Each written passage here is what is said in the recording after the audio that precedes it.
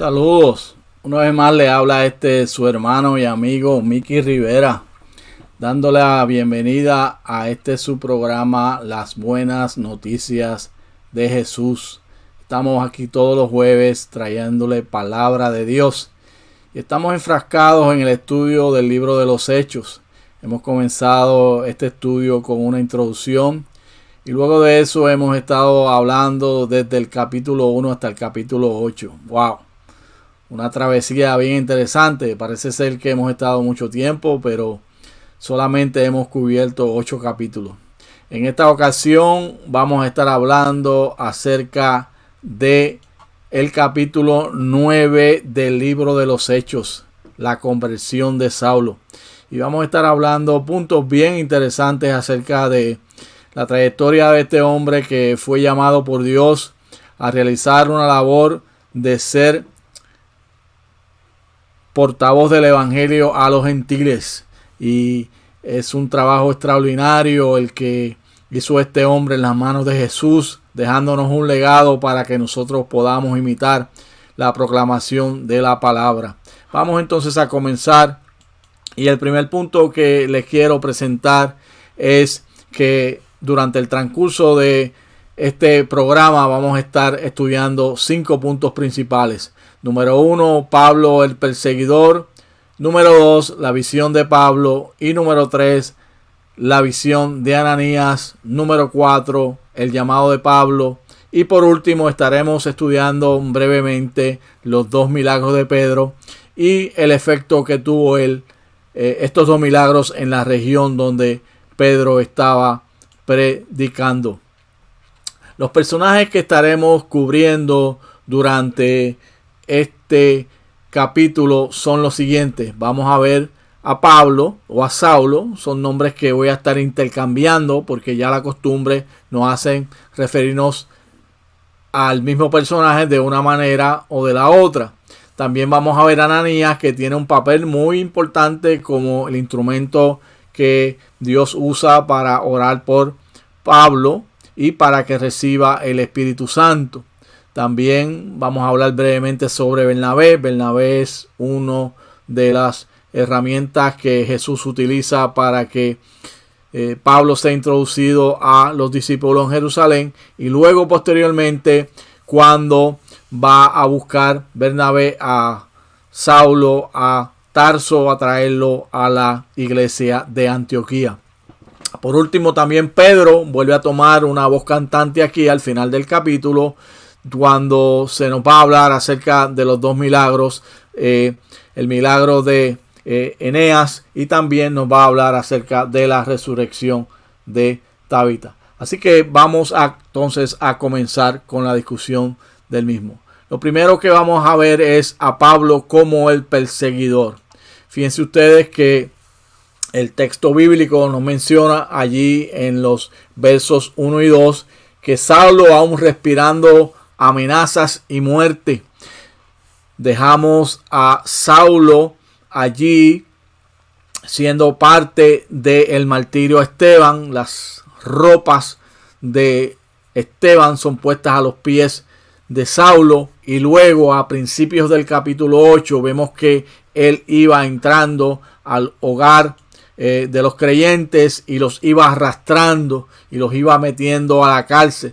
Era como un sabueso que va hueliendo al que va persiguiendo hasta que lo atrapa. Eso es lo que Pablo está haciendo con los creyentes. La descripción bíblica es que era como una bestia salvaje que destrozaba a los animales.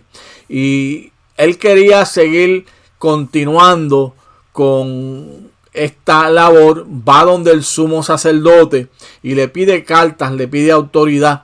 El sumo sacerdote tenía una autoridad delegada por Roma para aún tener, por así decirlo, jurisdicción con los residentes de Israel, con los que vivían en Israel, y aún los podía traer desde el exterior. En este caso, recuerden que los discípulos son esparcidos y algunos de ellos se establecen en Damasco, y había un gran número de ellos que residían en esta ciudad, y él pide carta para entonces ir a Damasco, a la sinagoga, y buscar a estos hombres o mujeres. Y es bien interesante el detalle que nos da aquí Lucas, donde menciona también a las mujeres como parte de la iglesia, ya que en la sociedad judía no se le daba importancia a las mujeres, ya que ellas básicamente no contaban. También hay un detalle bien interesante, y es que por primera vez se menciona a los creyentes como a los del camino. Se le menciona como a los del camino porque ellos tenían la costumbre de pararse en los caminos donde por ahí iban a pasar todo el mundo, y entonces poder dar testimonio de Jesús. Y el propósito de Saulo es traer a esos creyentes presos a Jerusalén, llevarlos nuevamente al Sanedrín, y no era para echarle una cadena perpetua, era para matarlos, para seguir destruyendo así a la iglesia. Vemos ahora en los próximos versos la visión que tuvo Saulo, Dice allí en el verso 3 que en medio de este viaje, cuando ya se estaba acercando a Damasco, una luz del cielo relampagueó de repente a su alrededor. Cuando esta luz relampaguea, vemos que Saulo cae en tierra y oye una voz que le dice: Saulo, Saulo, ¿por qué me persigues? Y esta voz entonces se dirige directamente a él, y Saulo entonces hace una pregunta, dice: ¿quién eres, Señor? Y Jesús le contesta con este verso tan famoso y tan conocido del libro de los Hechos, allí en el capítulo 9. Yo soy Jesús a quien tú persigues. De manera que cuando Pablo, o Saulo, como usted lo quiera llamar, estaba persiguiendo a los creyentes, estaba persiguiendo a Jesús. Y luego entonces Jesús continúa y termina este verso de la siguiente manera: levántate y entra en la ciudad, que allí se te dirá lo que tienes que hacer. Y cuando esto sucede, los que están viajando con Saulo, ellos, ¿qué sucede? Oyen la voz, pero no veían a nadie. Por lo tanto, se están preguntando qué es lo que está aconteciendo. Saulo no puede ver. Lo toman de la mano, lo llevan a Damasco, y dice que estuvo allí unos 3 días sin comer ni beber nada. Mientras todo está aconteciendo con Saulo, que es llevado allá a Damasco, continúa el relato bíblico diciéndonos que un hombre llamado Ananías tuvo una visión. Y en esa visión él ve al Señor que le está hablando, y le dice que vaya a la calle llamada derecha, que pregunte por Saulo de Tarso, que Saulo está orando, y que vea a un hombre llamado Ananías, o sea, él mismo, que entra, le pone las manos y que recobra la vista.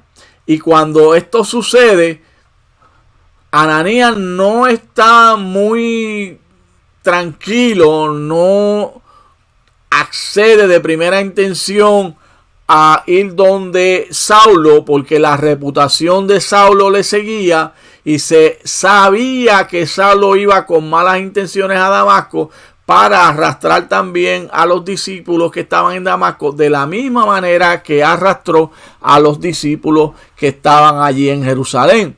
Pero finalmente Jesús le sigue hablando a Ananías, y vamos a ver que dentro de ese llamado que le es hecho a Pablo, Ananías se le muestra lo siguiente. El Señor le dijo que este era un instrumento escogido por él, y que el llamado que él iba a llevar a cabo iba a contener 4 elementos muy importantes, que los vamos a ver aquí rápidamente para luego discutirlos más a fondo. Número 1, tenía que llevar su nombre, el nombre de Jesús, en presencia de los gentiles. Número 2, en presencia de los reyes. Número 3, de los hijos de Israel. Y número 4, un punto bien importante y un punto que nos sorprende cuando lo vemos, por lo menos cuando yo leo este pasaje, me impacta lo que Jesús le dice a Ananías que va a hacer con Pablo, y es mostrarle cuánto es necesario padecer por el nombre de Jesús. Así que hay una encomienda de 4 elementos aquí para el llamado a Pablo, y Ananías tiene que ir a orar por este hombre. Y dice la Biblia que Ananías va y ora por Saulo, y le dice de la siguiente manera: hermano Saulo, el Señor me envió aquí para que recobres la vista y seas lleno del Espíritu Santo. Al instante, pues, Pablo puede ver. Lucas, como médico, describe que se le cayeron como escamas de los ojos, se levantó y fue bautizado, y luego come algo y va obteniendo fuerzas, va recibiendo fuerzas.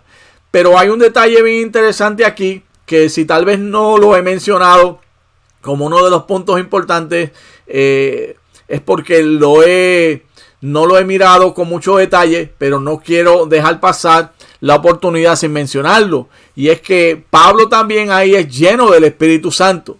El mismo Espíritu Santo que descendió en Pentecostés, el mismo Espíritu Santo que descendió sobre los discípulos cuando oraron después de ser perseguidos para que el Señor le diera fuerzas, le diera valor, y vuelve y los llena con el Espíritu Santo. Ese mismo Espíritu Santo es el que llena a Pablo para prepararlo para la labor que va a desempeñar con los gentiles. Y es que la razón de ser del Espíritu Santo es para dar poder a la iglesia para que sea testigo. El poder, esa llenura del Espíritu, se nos ha dado para que podamos ser eficaces en nuestro testimonio.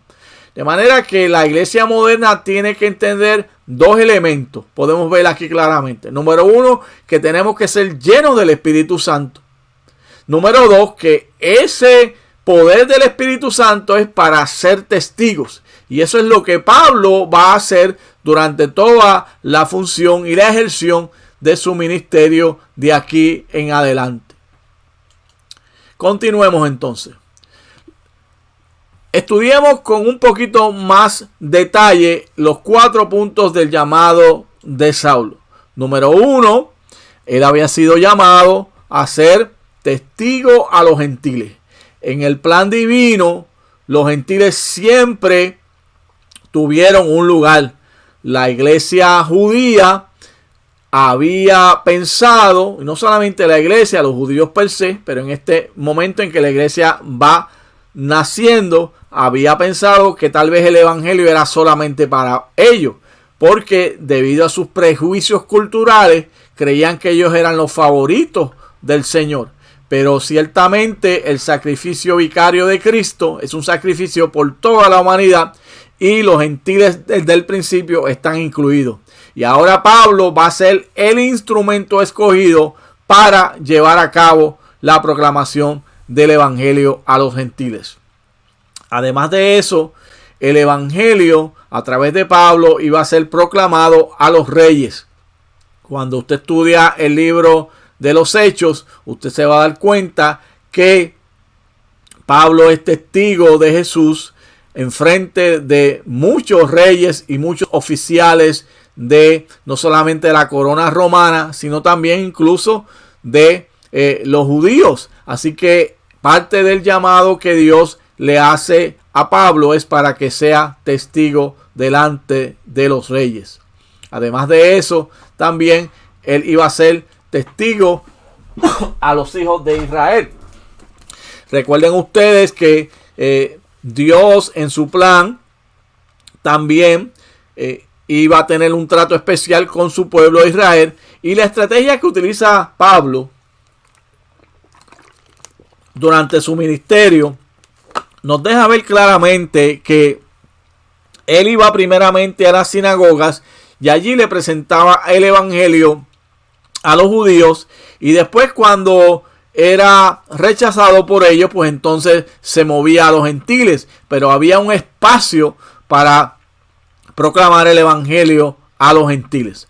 Por último, que es un punto bien difícil para nosotros entender, el padecimiento que iba a sufrir Pablo por la predicación del evangelio. Desde el mismo momento en que él comienza a proclamar el evangelio allí en Damasco, Pablo comenzó a sufrir persecución hasta el momento en que finalmente es sacrificado, cuando es decapitado allá para el año 68, 66 después de Cristo, después de la persecución de los cristianos por Nerón. Vemos que él sufre persecución, así que eso no es nada nuevo para él, el haber sido perseguido ya en su momento de su muerte, porque Jesús le dejó saber claramente que el sufrimiento era parte del llamado que Dios había hecho en su vida.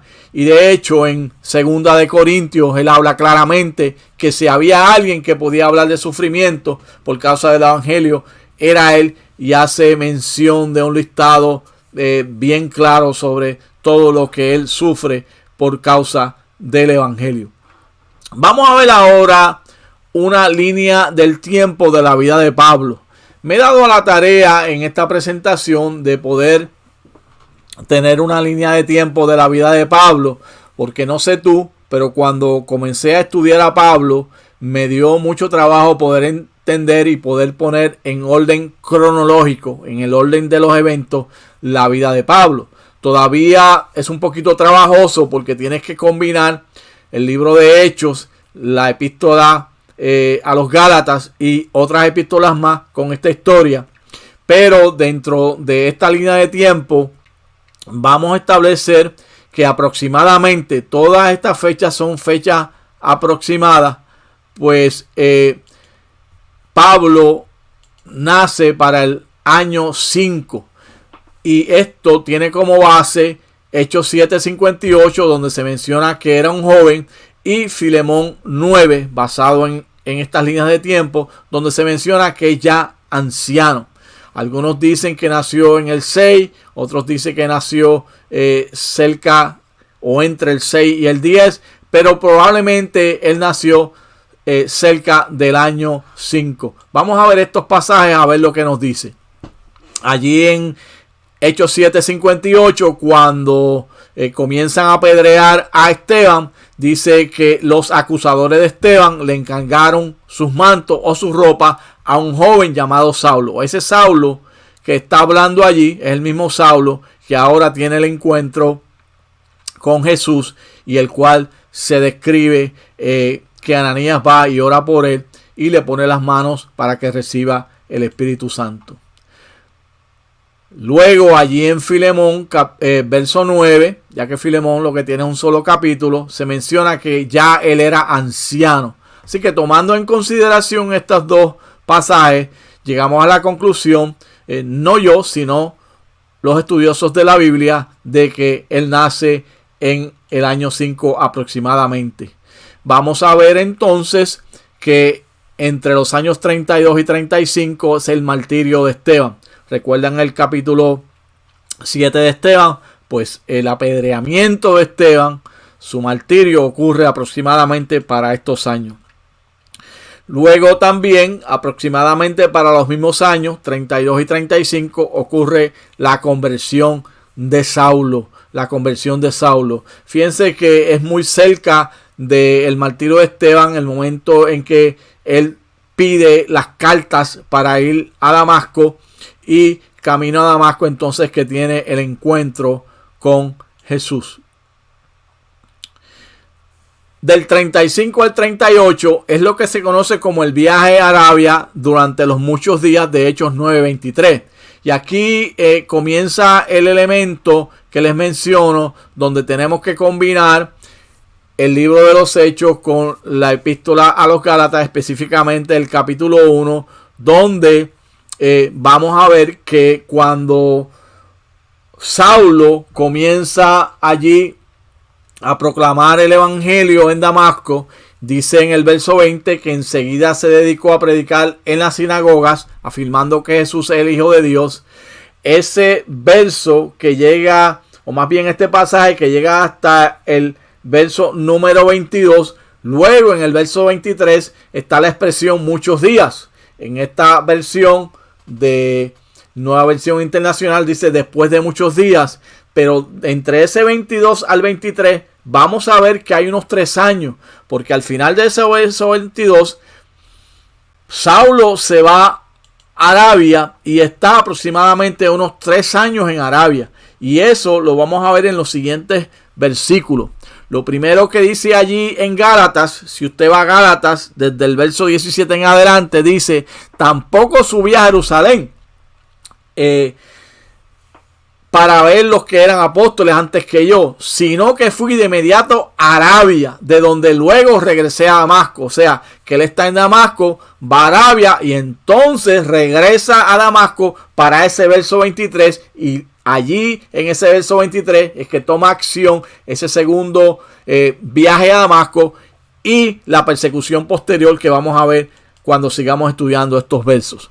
En Hechos 9:23, como le acabo de mencionar, entonces se hace referencia a esa expresión después de muchos días, y lo que acontece es que los judíos se pusieron de acuerdo para matar a Pablo, para liquidarlo, dice esta versión, para eliminarlo.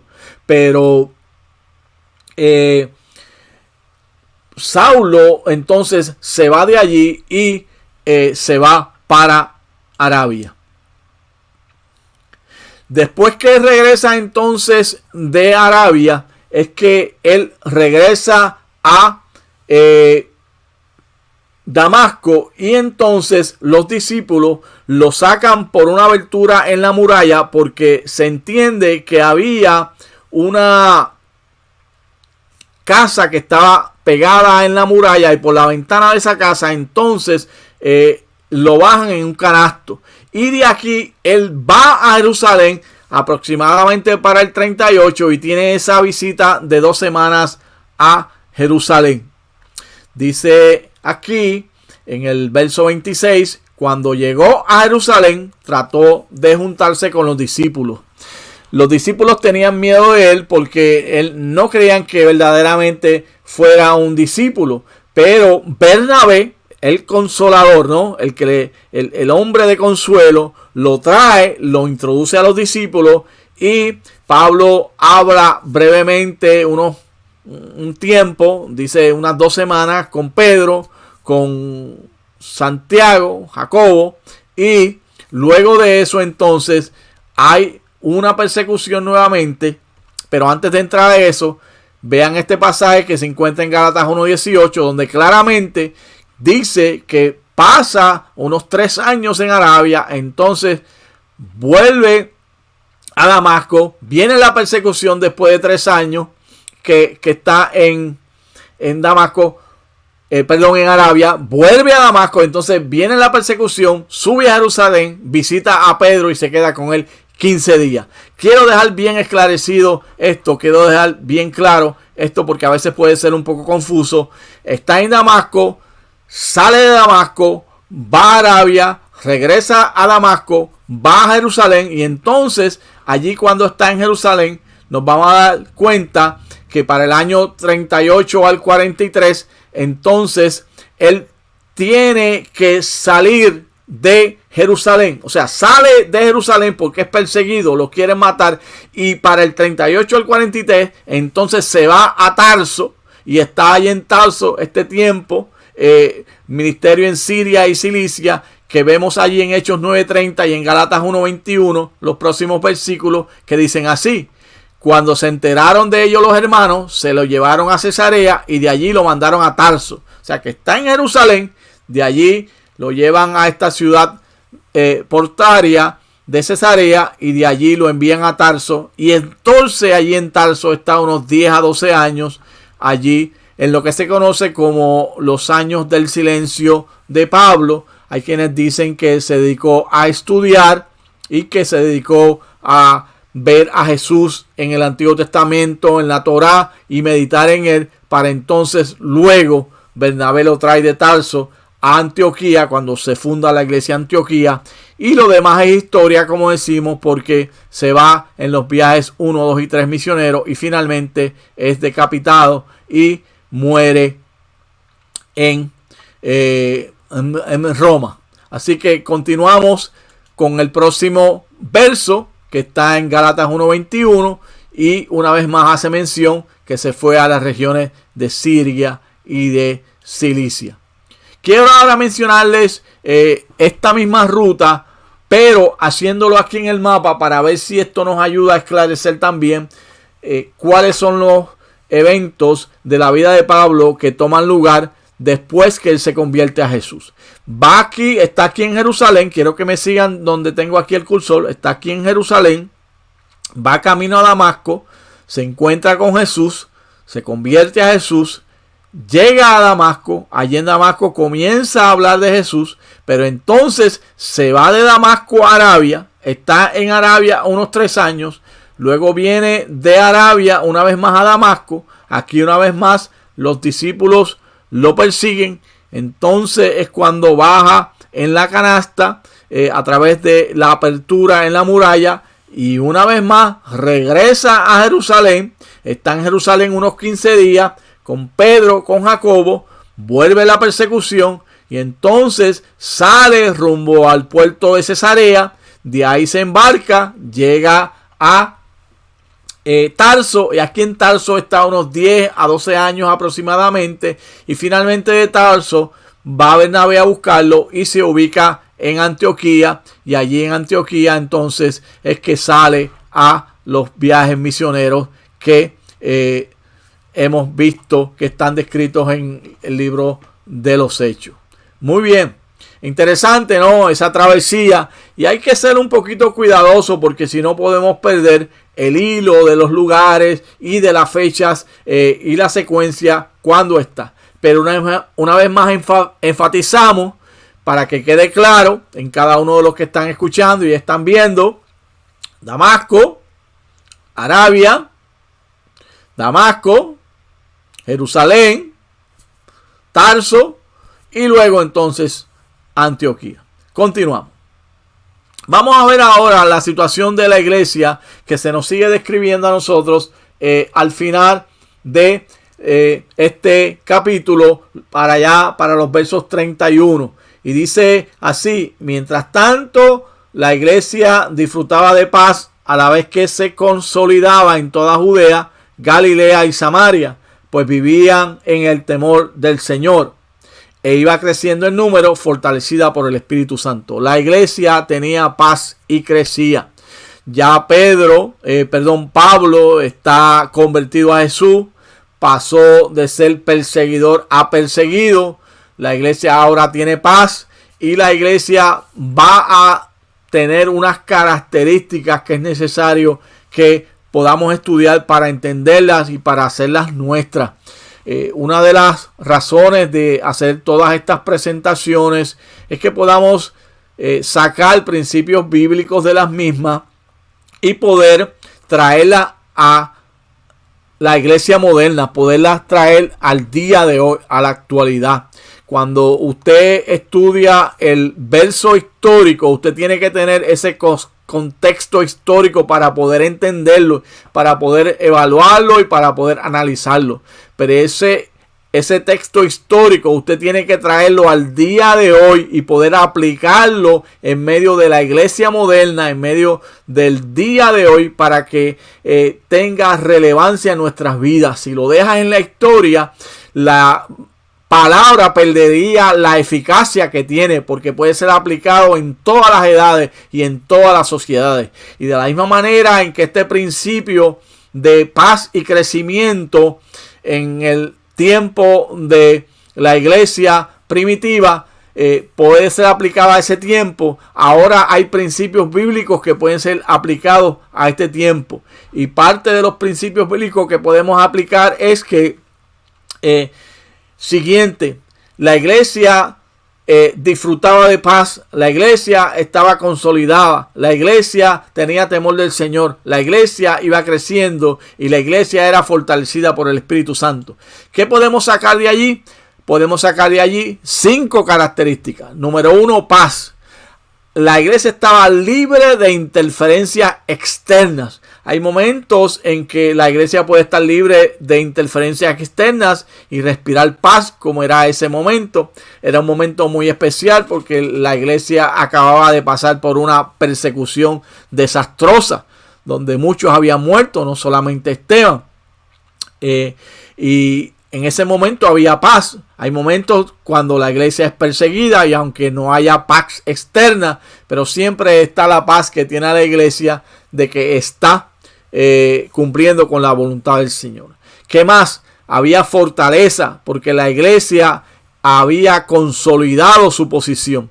Fíjense ustedes que Jesús le había dicho a la iglesia que tenía que ser testigo en Jerusalén, en toda Judea y en Samaria, y la iglesia a principio no lo había hecho, pero luego del capítulo 8 de Hechos, la iglesia ya se propaga a Samaria, y ahora a través de la conversión de Pablo, y en el capítulo 10, la llave que abre Pedro a Cornelio a los gentiles, la iglesia va consolidando su posición. Pero en este momento la iglesia tenía una posición sólida en Judea, en Galilea y en Samaria. ¿Qué más? La iglesia vivía en el temor del Señor. Eso nos habla de santidad. La iglesia tiene que vivir una vida de santidad, una vida separada en la consagración y en la adoración del Señor. Y la iglesia en ese momento, en este capítulo 9, está viviendo una vida de santidad. Pero también se está multiplicándose numéricamente. Recuerdan ustedes cuando comienza la iglesia con la conversión de los 3,000, luego de los 5,000. Ahora la iglesia se está propagando a través de todas estas regiones. E incluso al final de este capítulo vamos a ver que 2 de los versos nos mencionan que muchos creían en el Señor y que la iglesia se seguía propagando en número. Por último, estaba llena del Espíritu Santo, estaba disfrutando del Espíritu Santo, estaba recibiendo ese aliento del poder del Espíritu Santo, y por eso podía ser testigo eficaz de lo que Jesús estaba haciendo a través de toda esta área y lo que quería seguir haciendo con toda la humanidad. Así que tenemos ahí unos principios bien importantes que pueden ser aplicados por la iglesia moderna en medio del siglo XXI. Continuamos ahora y vamos a ver que si nosotros seguimos hacia adelante en este pasaje, vamos a ver que hay 2 sanidades que se nos presentan realizadas por el apóstol Pedro. Fíjense ustedes que ya dejamos a Pablo allá en Tarso, está en lo que se conoce como el retiro de Saulo, y ahora vuelve a venir a escena Pedro. Pedro es el personaje principal de esta última parte de este capítulo, los últimos 2 milagros que se mencionan en este capítulo. El primero de ellos es el de un hombre llamado Eneas, que está paralítico un largo tiempo en cama, 8 años, nos dice la Biblia.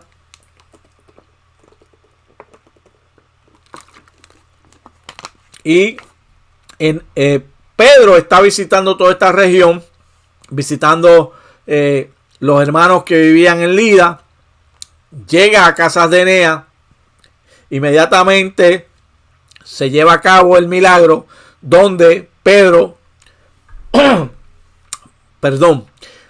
le dice a Eneas: Jesucristo te sana, levántate y tiende tu cama.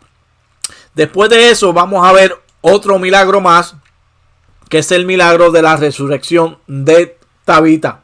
Esta mujer también vive allí en Lida, y como Lida estaba cerca de Jope, y mi garganta no quiere permitirme terminar, pero vamos a hacerlo en el nombre del Señor. Pues, ¿qué sucede? Que mandaron a buscar a Pedro, y Pedro vino inmediatamente y resucita a Tabita. Es un milagro poderoso, y en ambos lugares se nos menciona que muchos creyeron en el Señor, que es lo importante y es el próximo punto que queremos recalcar. Y es que los milagros y las señales son para que la gente crea en Jesús. Fíjense ustedes que en el verso 35 dice así: se convirtieron al Señor. Y en el verso 42, muchos creyeron en el Señor. De manera que a través de estos milagros, la fe de muchos se activaba y creían en el Señor Jesús. Son milagros parecidos a los milagros que hizo Jesús el tiempo que estaba en la tierra, pero ahora Pedro lo está haciendo en el nombre de Jesús y muchas personas más están creyendo en el Evangelio.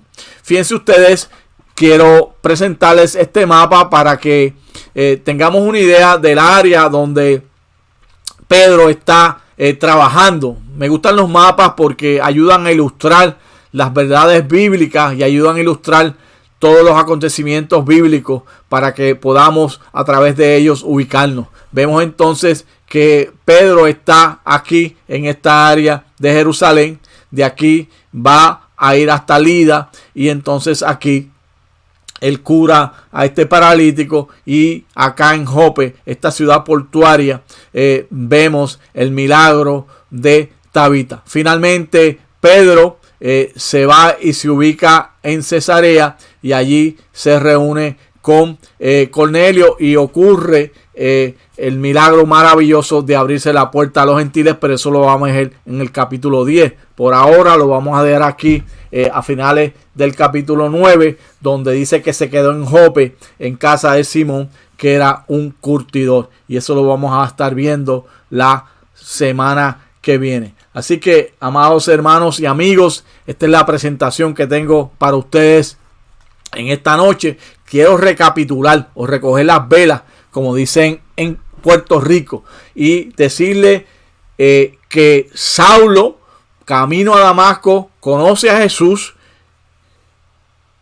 llega a Damasco, llega a Ananías, ora por él, es lleno del Espíritu Santo, de allí sale a Arabia, de Arabia regresa a Damasco, y entonces de Damasco va a Jerusalén, y de Jerusalén sale hacia Tarso, y entonces allí en Tarso está unos 10-15 años aproximados. Bernabé lo busca y entonces llega hasta Antioquía. Y al final del capítulo, los dos milagros a través de Pedro. Eneas, Tabita, está en esta región de Lida, la región de Jope. Y finalmente vemos que cuando lo viene a buscar los hombres que son enviados por Cornelio, se ubica en el área de Jope. Todo esto para que entendamos que Dios es maravilloso y que los milagros que se siguen dando al principio del libro de los Hechos se siguen dando en este capítulo 9, y que el plan de Jesús de llevar el evangelio a todos los confines de la tierra y que el evangelio se propague desde Jerusalén hasta Roma se sigue llevando a cabo. Así que, hermano y amigo, eso es lo que tengo para ti en esta noche. Vamos a tener una palabra de oración y pedirle al Señor que bendiga nuestras almas a través de su palabra. Gracias por tu palabra. Ella es bendita, ya está bendecida, pero te pedimos que a través de la administración de la misma, tú la lleves a aquellos que están escuchando y viendo, y que tú, oh Dios, te glorifiques de manera especial haciendo milagros y prodigios. Permite que tu iglesia pueda recapacitar en el llamado que le has hecho y podamos ser luz en medio de las tinieblas para la gloria de tu nombre. En el nombre de Jesús. Amén y amén. Bien, amados hermanos y amigos, la paz del Señor sea con ustedes. Antes de despedirme, quiero hacerle mención acerca de los recursos que he estado utilizando durante esta presentación del libro de los Hechos. Le hice mención la semana pasada que iba a hablarle acerca de esto, y aquí está. El mensaje de Hechos por John Stott es una joya literaria. Es un libro que es muy útil para entender este libro de los Hechos, con muchos detalles que nos ayudan a tener un contexto histórico y a entender el verso de una manera más profunda.